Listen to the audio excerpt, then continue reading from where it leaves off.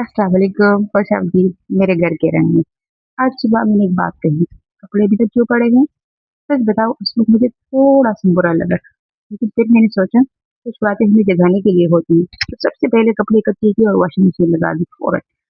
कभी-कभी हम एक छोटे से काम को इतना टालते रहते हैं कि वो हमें बहुत बड़ा लगने लगता है।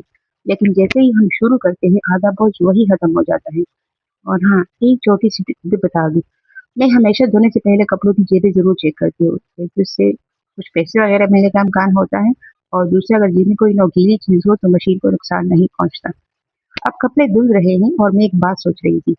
हम घरेलू ख़वातीन अक्सर सारा दिन काम करती रहती है, किचन सँभालती है, बच्चों को सँभालती हैं, लेकिन रात को जब सोने के लिए लेटती हैं, तो ये सोचती हैं, आज ये काम रह गया, आज वो काम रह गया।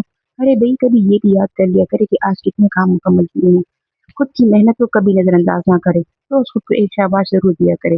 अगर कोई दूसरा हमें शाबाश नहीं देता या क्रेडिट नहीं देता, तो इसका मतलब ये भी नहीं कि हम खुद को ही ना एप्रिशिएट कर लें।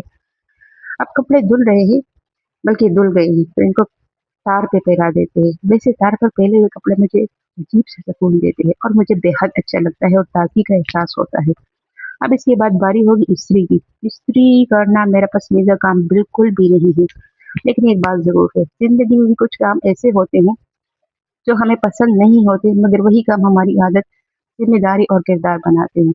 और आखिर में सुबह अम्मी की बात उस वक़्त मुझे अच्छी नहीं लगी थी, लेकिन अब जब सारा काम मुकम्मल हो गया है, तो महसूस हो रहा है कि उनकी बात नाराज़ी नहीं थी, बस मुझे याद दिलाया था कि ये मेरी ज़िम्मेदारी है।